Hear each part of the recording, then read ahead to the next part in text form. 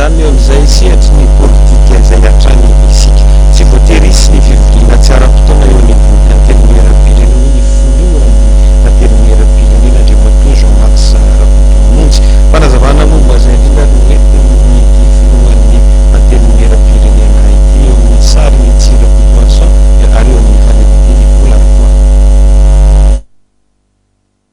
Tsy voatery hisy ny fivoriana tsy ara-potoana eo anivon'ny antenimieram-pirenena hoy ny filohan'ny antenimieram-pirenena Jean-Max Rakotomonjy. Nosoritany kosa anefa fa misy ny lalàna maika ilana ny fankatoavan'ny antenimieram-pirenena ka ao anatin'izany ny volavolan-dalàna momba ny fantsiana ny tetibolam-panjakana 2024. Miandry fetsin'ny président ve nareo miandry koa ve ny session extraordinaire satria mbola maromaro lalàna andrasana ny dinian'ny antenimieram-pirenena.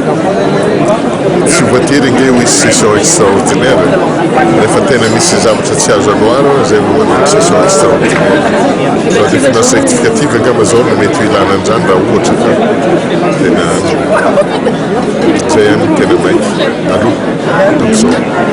Io zany tena andrasanareo sy ny mavoloaka ho diniana efa tonga any aminareo ve le texte hatramin'izao mbola tsy tonga any aminay. Momba ny fiatrehana ny fifidianana ben'ny tanàna sy mpanolo-tsaina amin'ny mahafilohan'ny antoko leader fanila azy dia laza andriamatoa Jean-Max Rakotomonjy fa vonona hiatrika amin'ny fifidianana ny antoko leader fanilo.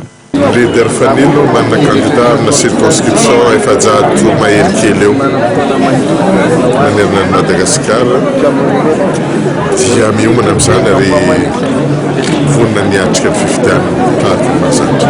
Everiko fa tsisy fiankinany izany zavatra anankiroa satria zavatra anankiroa samy hafa ary samy iray ny firenena. Raha nanontaniana momba ny fihaonana miaraka amin'ny filoham-pirenena andriamatoa Jean-Max Rakotomonjy dia nilaza ny tsy hanohy ny hevitra ny tenany.